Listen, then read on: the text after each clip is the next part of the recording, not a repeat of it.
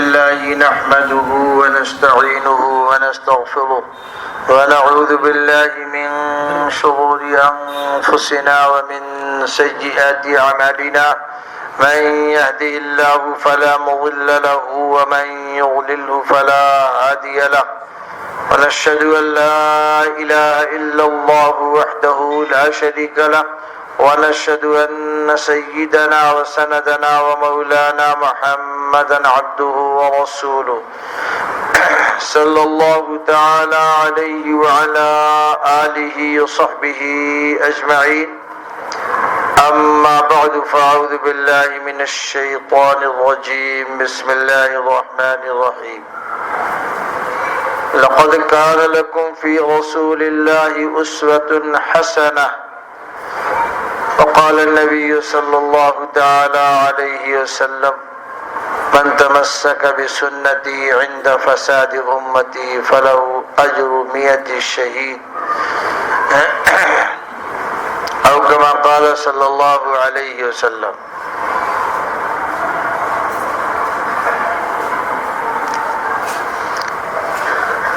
میرے محترم بزرگوں دوستو،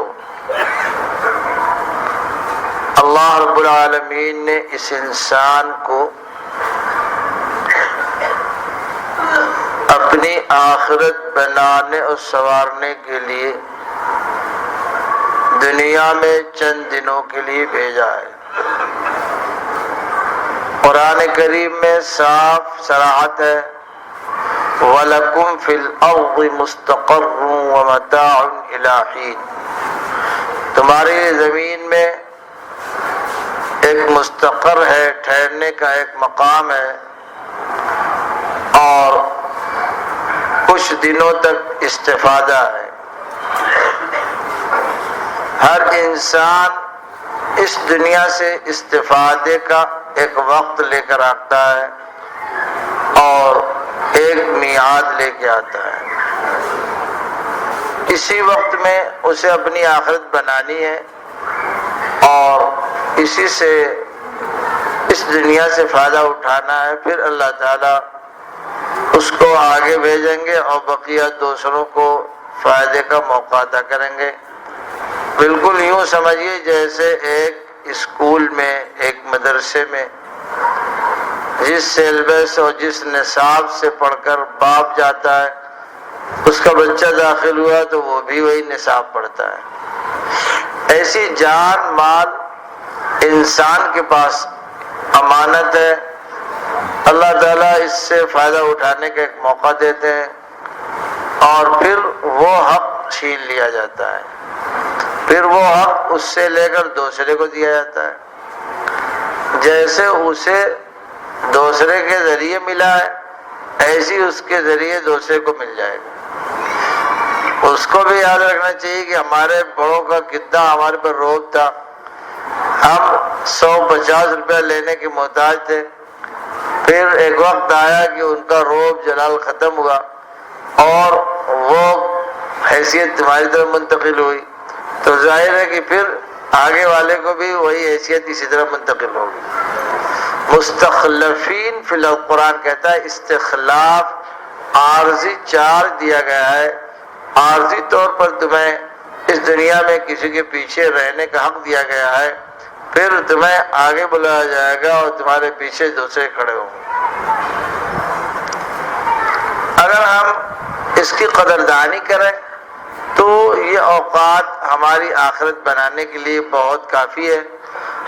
اللہ تعالیٰ قرآن حکیم میں صاف فرماتے ہیں تِلْكَ أُمَّةٌ قَدْ خَلَتْ لَهَا مَا كَسَبَتْ وَلَكُمْ مَا كَسَبْتُمْ وَلَا تُسْأَلُونَ عَمَّا كَانُوا يَعْمَلُونَ، یہ جماعتیں تھیں جو گزر چکی اور اپنی اپنی کمائی لے کر گئیں، تمہیں تمہاری کمائی کام آئے گی، ان کے بارے میں تمہیں کوئی جواب دہی نہیں کرنی ہے۔ اللہ تعالیٰ دوسروں کا سوال تم سے نہیں پوچھیں گے، اس لیے اپنے کمانے میں لگو، آخرت بنانے میں لگو۔ اب تمہارے پاس جو نیکی کمانے کی مشین اللہ نے دی ہے اس سے فائدہ اٹھاؤ۔ میں یہی کہتا ہوں کہ ایک انسان ایک مسلمان سر سے پیر تک نیکی کمانے کی مشین ہے، ڈالر چھاپنے کی مشین ہے۔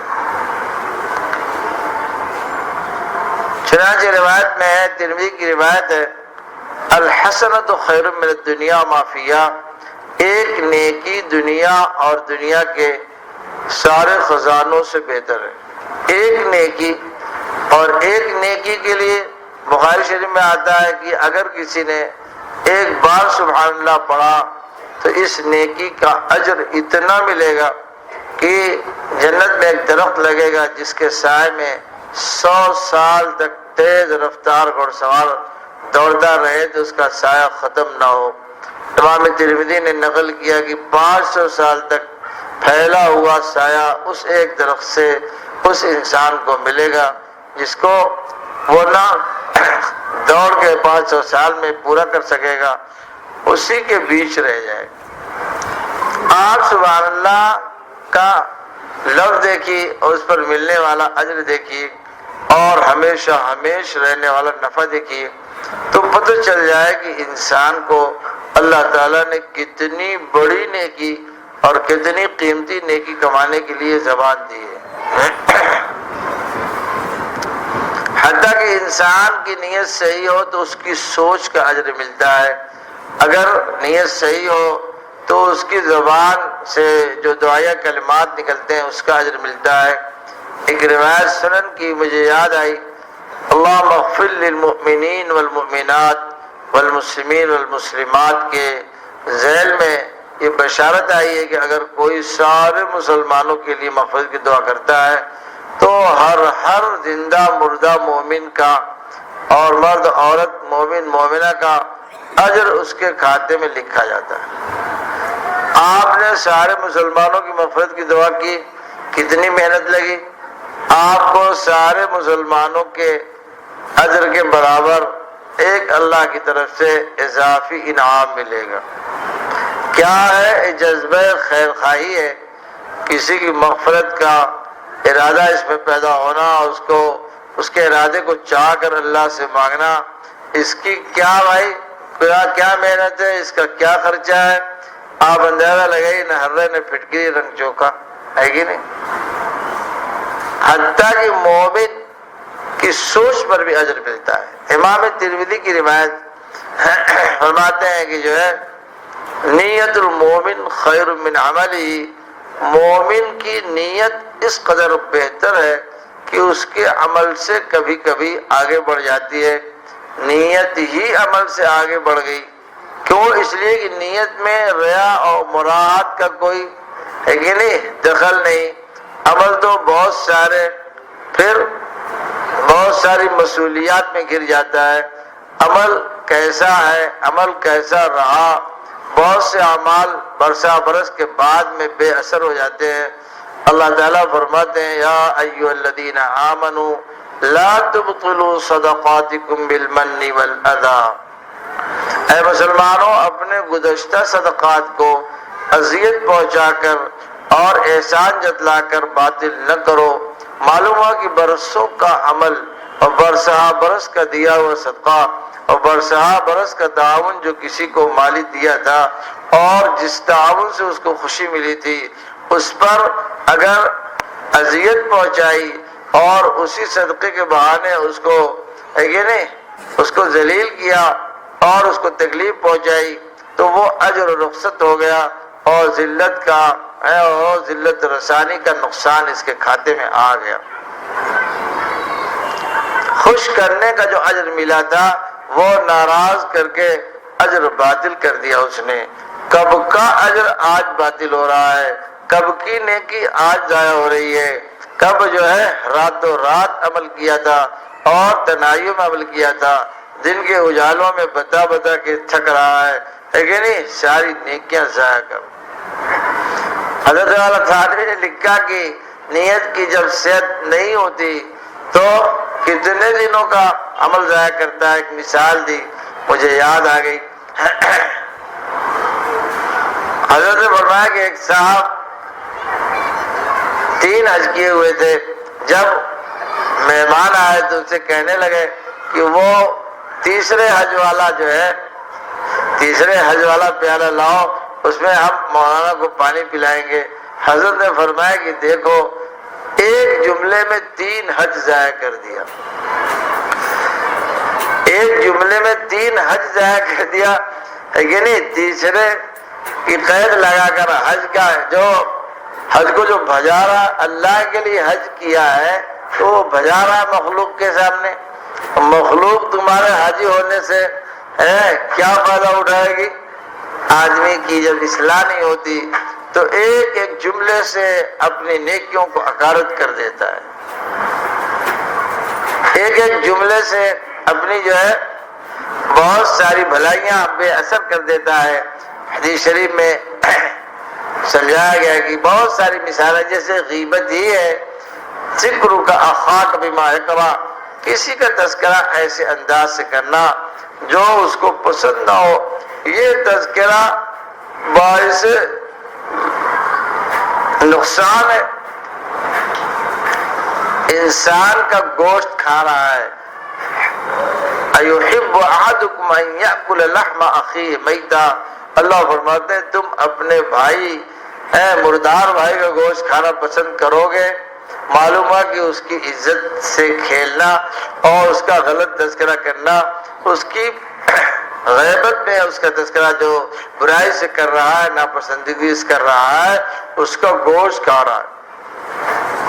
عادت پڑی ہوئی ہے، جس زبان سے اس کا اچھا تذکرہ کر سکتا تھا اسی زبان سے برا تذکرہ کر کے اپنی نیکیاں ضائع کر دیں. جس زبان سے اس کو دعا دے سکتا تھا اسی زبان سے اسے جو ہے گالیاں دے کر اپنی مشین بھی خراب کیا اور اپنا جو ہے اجر بھی ضائع کر دیا. حدیثوں میں سمجھایا گیا کہ السلام علیکم کی کثرت رکھو، کثرت سے سلام کرو. کیوں؟ آپس میں کثرت سے سلام کرو گے تو محبت پیدا ہو جائے گی. اسی انسان کو اپنے دعا گو سے محبت ہوتی ہے.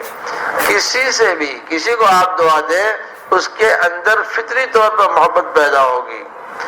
ایک آدمی آیا، آپ نے کہا جاؤ خوش رہو، اللہ تمہیں اچھا رکھے، خوش رکھے. یہ جملہ اس کو کتنے دنوں تک مسرور رکھے گا؟ آپ کو یاد نہیں؟ مجھے ایک بار دبئی جانے کا اتفاق ہوا تو کئی سال کے بعد میں گیا تھا، تو ایک صاحب نے کہا وہ 5 سال پہلے آپ کی بات یاد ہے. میں نے کہا کیا یاد ہے سناؤ. تو اس نے جب بات سنائی تو مجھے احساس ہوا کہ یہ جملے میرے ہی ہیں. 5 سال تک اس ایک جملے سے وہ خوش رہا اور اس ایک جملے کو دہراتا رہا، اس ایک اچھے جملے کا تذکرہ تکرار کرتا رہا. ایک جملہ انسان ایسا بول سکتا ہے جو برسا برس اس کی خوشیوں کا ذریعہ ہو. ایک آدمی کسی کو سلامتی کی جب سلام کرتا ہے تو سلامتی کی دعا کرتا ہے. السلام علیکم کہتا ہے کہ اللہ کی سلامتی تمہارے اوپر اترے. اب اردو والے تو سمجھتے نہیں، بھاگلپور والے تو سمجھتے نہیں اس کا کیا معنی، اس لیے ایوائڈ کر جاتے ہیں.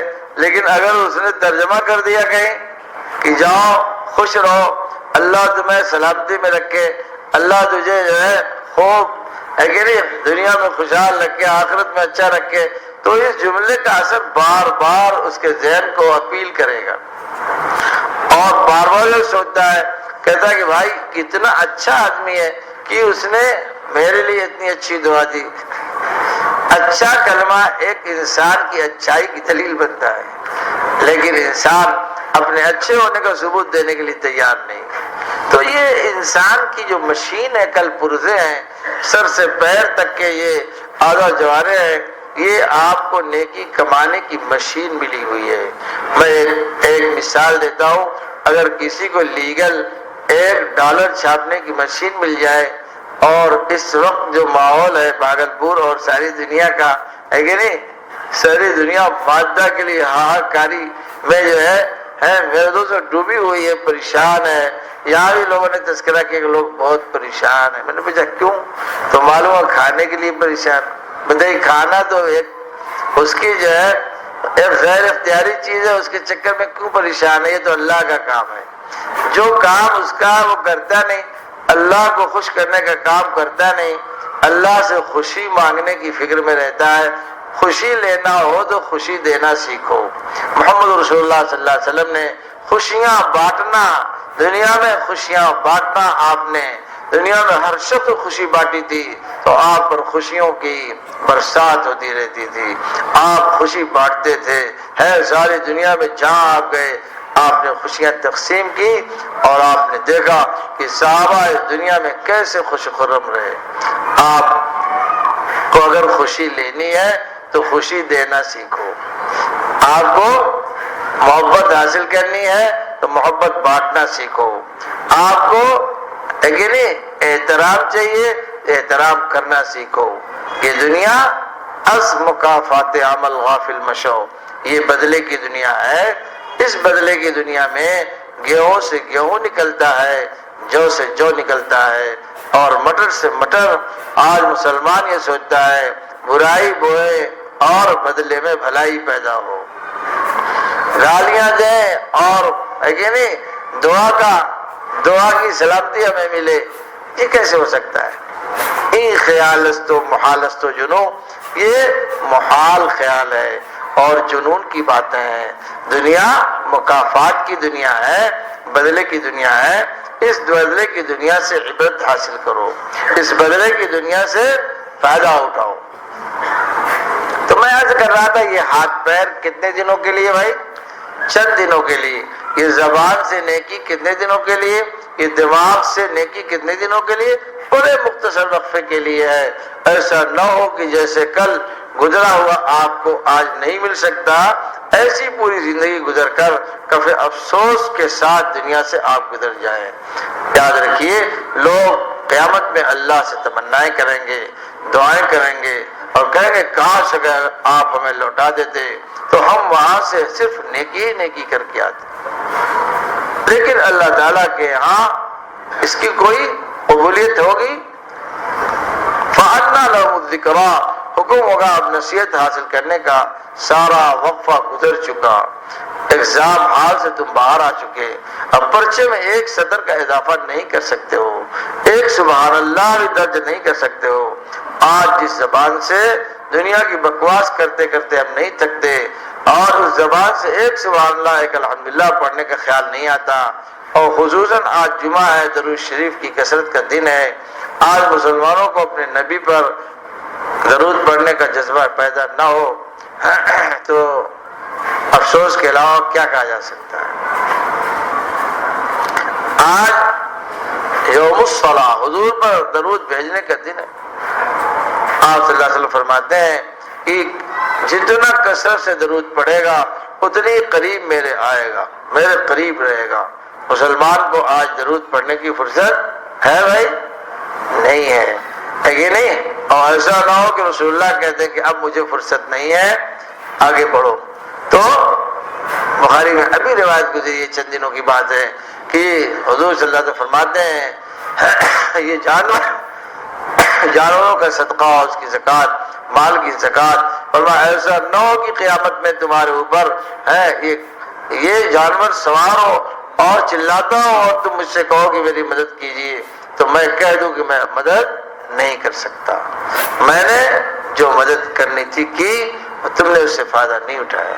تو اس لیے ایسا نہ ہو کہ قیامت میں جس نبی سے ہمیں بہت قریب تر رہنا چاہیے اس سے بہت دور رہے، اور پھر وہ ہمارے کسی کام آنے کے لیے ہے کہ نہیں تیار نہ ہو یا منہ پھیر لے، تو پھر مسلمان کے لیے آگے کوئی چارہ کار نہیں ہے۔ تو میں عرض یہ کر رہا تھا کہ یہ مختصر سی زندگی اللہ تعالیٰ نے ہمیں نیکی کمانے کے لیے یہ اعضاء جوارح یہ ساری مراعات دی ہے، اگر ہم چاہیں تو اس سے نیکیوں کے انبار اکٹھا کر لیں۔ چاہے ہر آدمی یہ سوچتا ہے کہ مال ہوتا تو صدقہ کر دیتے، نہیں، مال کے بغیر دنیا میں شریعت اور سنت کے مطابق زندگی گزارنے والے مال والوں سے 500 سال پہلے جنت میں جائیں گے۔ کتنے سال پہلے؟ اس دنیا میں مال کمانے والا اپنے مال سے 10 سے 20 25 سال تک کا فائدہ اٹھا سکتا ہے۔ اگر اس کو کما کے فائدہ اٹھانا ہو تو 20-25 سال مشکل سے نکلیں گے اس کی زندگی کے مال سے فائدہ اٹھانے کے، لیکن مال کے حقوق اگر ادا نہیں کیے اور صحیح کام نہیں کیا تو اس مال سے 500 سال جنت سے محروم ہو جائے گا۔ بخاری شریف کی روایت میں رسول اللہ صلی اللہ علیہ وسلم فرماتے ہیں اطلعت فی الجنہ فرأیت اکثر اہلها الفقراء، میں جنت میں جھانک رہا تھا تو اکثریت فقراء کی دکھ رہی تھی۔